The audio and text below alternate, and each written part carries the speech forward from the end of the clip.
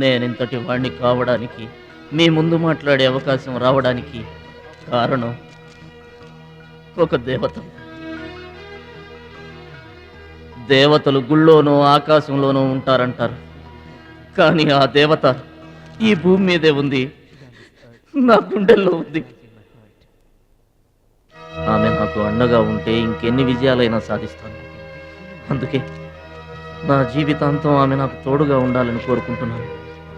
ఆ దేవత నా మాటలు వినాలని, నా కోరికను మన్నించాలని, అందుకు మీ అందరి దీవెనలు నాకు కావాలని వేడుకుంటున్నాను. Who's that angel? Who's that lucky girl? Tell her name. Bhadrachalam, ఆ అమ్మాయి పేరేంటి చెప్పు.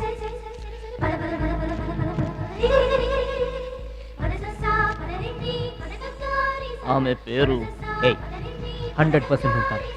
బ్యాక్ బ్యాక్ మహాలక్ష్మి గారు.